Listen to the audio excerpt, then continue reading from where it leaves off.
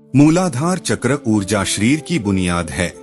आजकल लोग सोचते हैं कि मूलाधार सबसे निचला चक्र है, इसलिए उसकी इतनी अहमियत नहीं है। जो भी यह सोचता है कि बुनियाद पर ध्यान देने की जरूरत नहीं है, वह दरअसल भ्रम में है। जैसे किसी इमारत की बुनियाद सबसे महत्वपूर्ण होती है, उसी तरह मूलाधार सबसे महत्वपूर्ण चक्र होता है। जब हम योग करते हैं तो हम किसी और चीज से अधिक मूलाधार पर ध्यान देते हैं, क्योंकि अगर आपने इसे सुदृढ़ और स्थिर कर लिया तो बाकियों का निर्माण आसान हो जाता है। अगर आपका मूलाधार मजबूत हो तो जीवन हो या मृत्यु, आप स्थिर रहेंगे, क्योंकि आपकी नींव मजबूत है और बाकी चीजों को हम बाद में ठीक कर सकते हैं।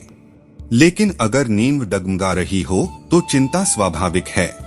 आप सभी दर्शकों का हमारे YouTube चैनल स्पिरिचुअल साधना पर हार्दिक अभिनंदन और स्वागत है। मूलाधार दो शब्दों से मिलकर बना है, मूल प्लस आधार। जहां पर मूल का अर्थ होता है जड़ और आधार का अर्थ होता है नींव। मनुष्य शरीर का निर्माण उसकी मां के गर्भ से होता है, तो उसकी जड़ें वही से होती है और उसका आधार भी वही है। आपको पता ही होगा कि शिशु के मनुष्य रूप में आकार लेने से पहले वो मात्र एक मांस का गोला होता है। धीरे धीरे वो मनुष्य शरीर धारण करता है।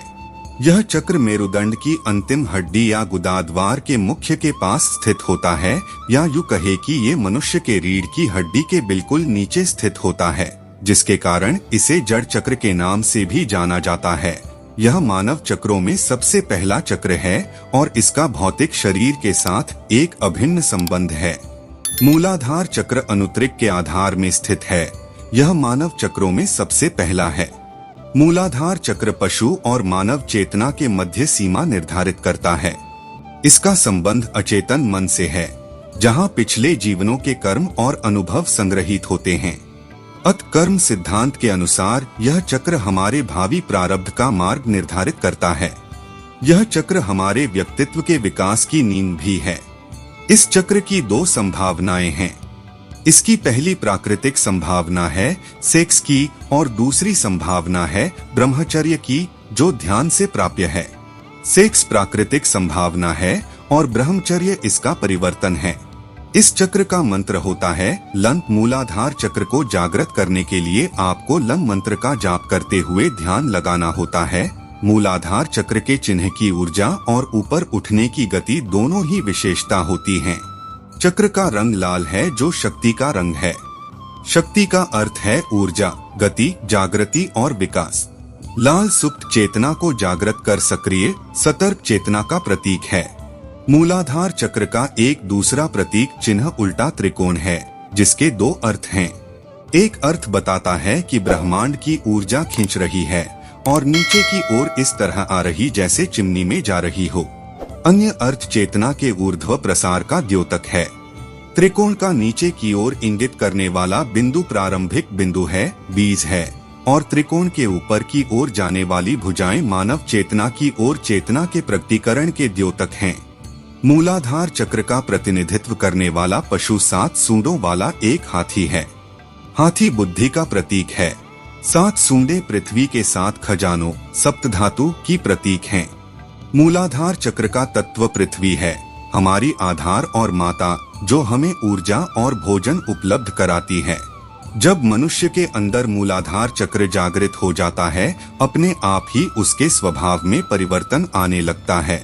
व्यक्ति के भीतर वीरता, निर्भीकता और आनंद का भाव जागृत हो जाता है। और दूसरे शब्दों में हम कह सकते हैं कि सिद्धियां प्राप्त करने के लिए वीरता, निर्भीकता और जागरूकता का होना जरूरी है।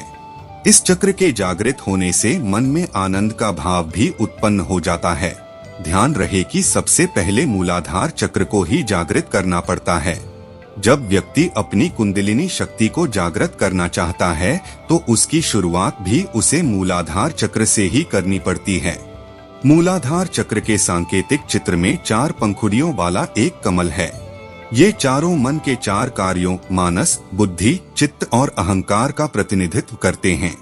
मनुष्य तब तक पशुवत है जब तक कि वह इस चक्र में जी रहा है, इसीलिए भोग, निद्रा और संभोग पर संयम रखते हुए इस चक्र पर लगातार ध्यान लगाने से यह चक्र जागृत होने लगता है।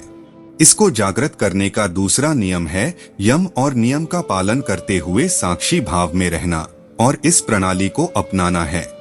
आराम से बैठ जाएं, अपनी रीढ़ की हड्डी को सीधा रखें और अपने ध्यान को अपने पेरिनियम, गुदा और जननेंद्रियों के बीच के स्थान पर केंद्रित करें। अपनी तर्जनी उंगली और अंगूठे के साथ एक वृत्त बनाएं। हथेलियों को अपने घुटनों पर आकाश की ओर देखते हुए रखते हुए हाथों को विश्राम कराएं। गहरा श्वास लें और छोड़ दें। 7 से 10 श्वास लेते हुए दोहराएं।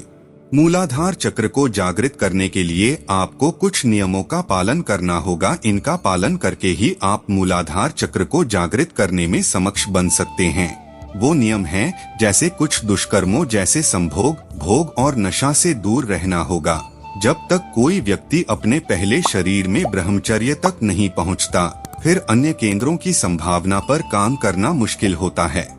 यहाँ तक बने रहने के लिए आप सभी दर्शक महानुभावों को कोटि कोटि प्रणाम।